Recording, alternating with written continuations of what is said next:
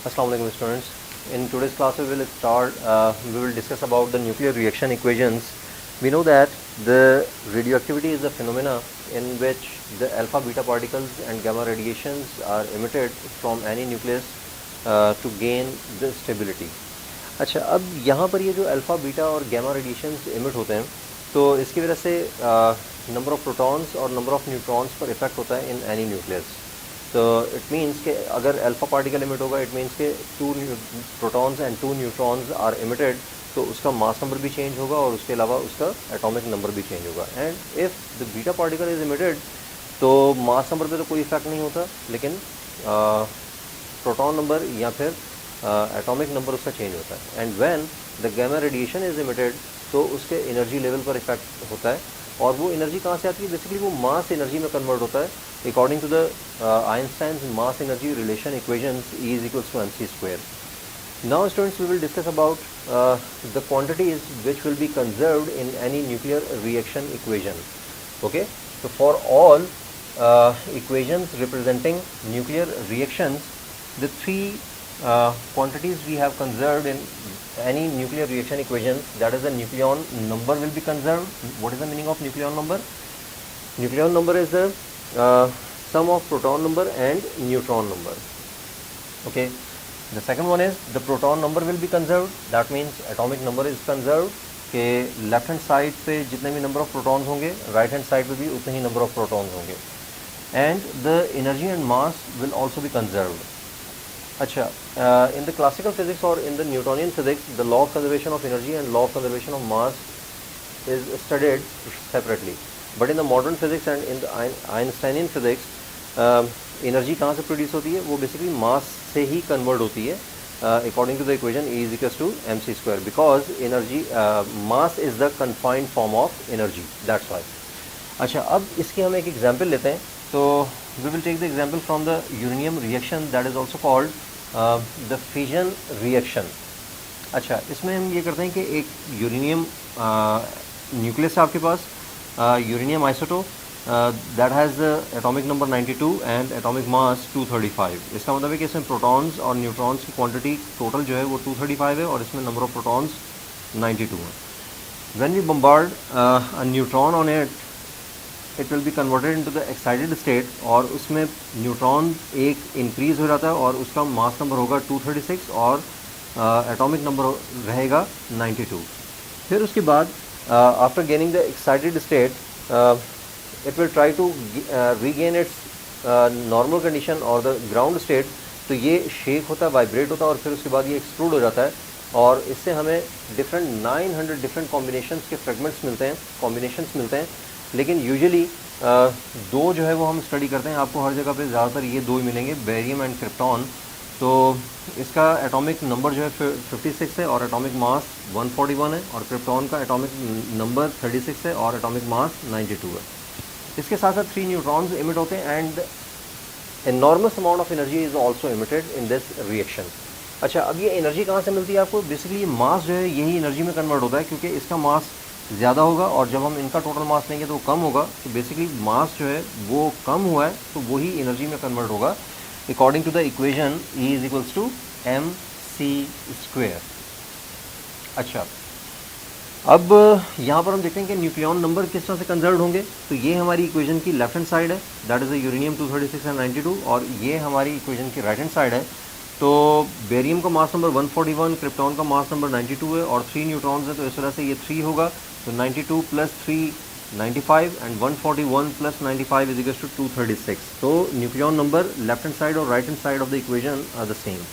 फिर उसके बाद यहाँ पर 92 है एटॉमिक नंबर, राइट साइड पे 56 है और 36 है. तो 56 plus 36 is equal to 92. It means के proton numbers are also same on the left hand side of the equation and the right hand side of the equation.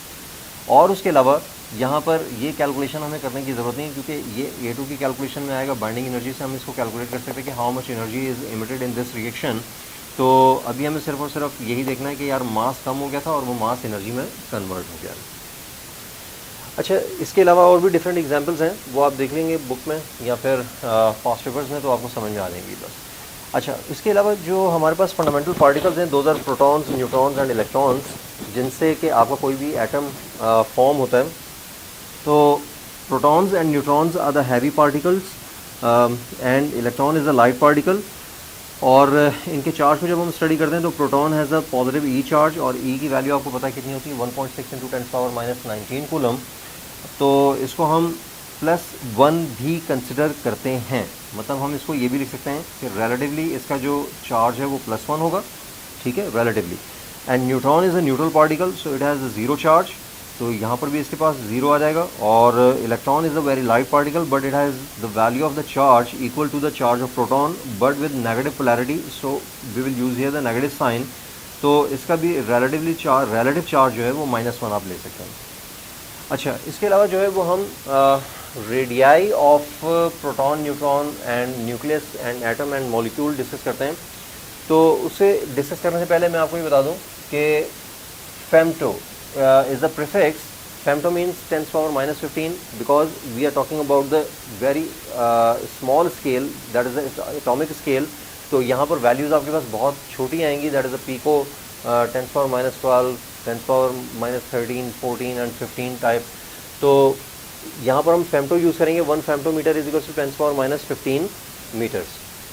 अच्छा, radius of proton is a very small particle but it is a very heavy particle as compared to the electron. तो radius of proton और radius of neutron ये दोनों almost equal होते हैं और इनका order होता है 10⁻15 का। तो लास्ट लेक्चर में भी मैंने आपको ये बताया था कि mass of proton and mass of neutron is considerably same, तो वो हम कंसिडर करते हैं 1.67 इंटू 10⁻27 kg।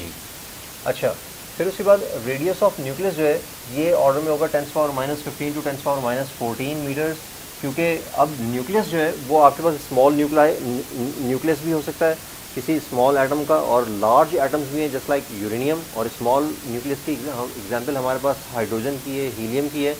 तो इनका जो आपके पास ऑर्डर है वो 10⁻15 में होगा, और जो हैवी न्यूक्लियस हैं, लार्ज न्यूक्लियस हैं, उनका ऑर्डर होगा रेडियस का 10⁻14 metres.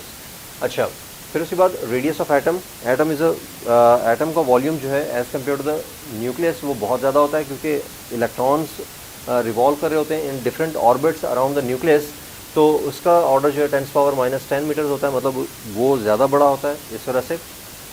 And we also know that from the Rutherford's alpha scattering experiment that कि मास कॉन्सेंट्रेशन जो है मैक्सिमम वो न्यूक्लियस में होती है, because the protons and neutrons are the heavy particles and electrons are the light particles.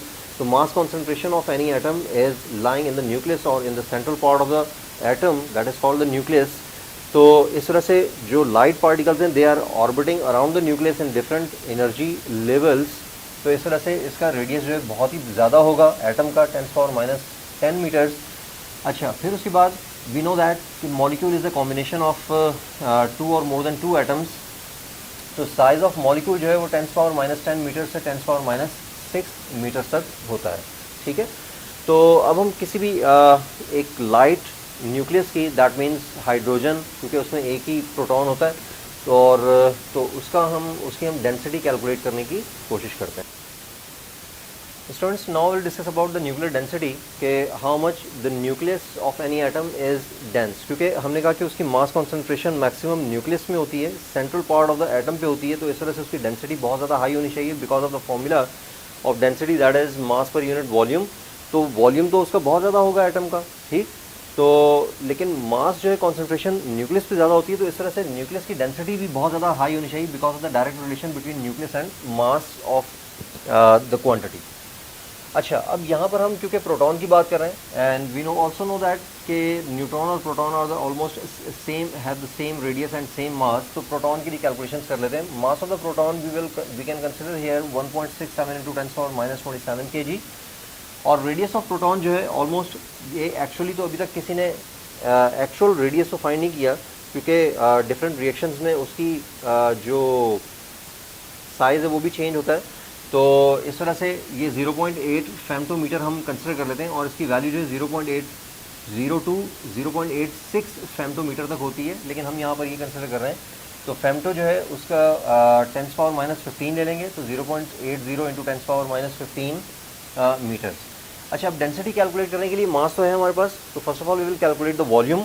तो volume, क्योंकि these are the spherical particles as we have the consideration, actually क्या है वो बात की बात है, लेकिन वी हैव द कंसिडरेशन कि these are the sphere like particles, तो हम यहाँ पर स्फेयर के वॉल्यूम का फॉर्मूला यूज़ करेंगे, that is 4/3 pi r cube, और रेडियस की वैल्यू यहाँ से सब्स्टिट्यूट करके फिर उसका वॉल्यूम हमने कैलकुलेट किया 2.1 × 10⁻⁻45 क्यूबिक मीटर।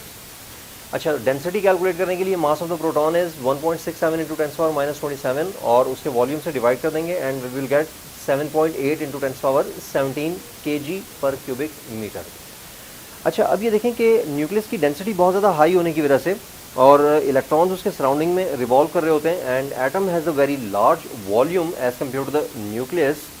तो अब जब हम वाटर की बात करते हैं तो वाटर की डेंसिटी जो है वो होती है हमारे पास 1000 क्यूबिक kg पर क्यूबिक मीटर। ओके, तो जब हम इसको कंपेयर करेंगे तो बहुत ज़्यादा डिफरेंस आता है इसमें। तो इसी डिफरेंस की वजह से जो है हमें ये पता चलता है वॉल्यूम ऑफ द न्यूक्लियस के हवाले से भी कि volume of the nucleus is the very small, लेकिन उसकी मास कॉन्सेंट्रेशन ज़्यादा होती है, वॉल्यूम उसका बहुत कम होता है न्यूक्लियस का।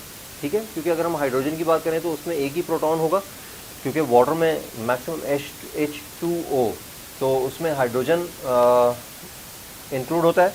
तो इस वजह से इसका हमें वॉल्यूम ऑफ एटम बहुत ज़्यादा होने की वजह से, क्योंकि वाटर की जब हम बात करेंगे तो हम वॉल्यूम की बात कर रहे होंगे एटम की, not for only the nucleus, लेकिन यहाँ पर जो है हम सिर्फ और सिर्फ प्रोटॉन की बात करें, that means we are talking about the nucleus. तो इनके कंपेरिजन में बहुत ज़्यादा डिफरेंस आपको इसी वजह से नज़र आ रहा है। Thank you so much.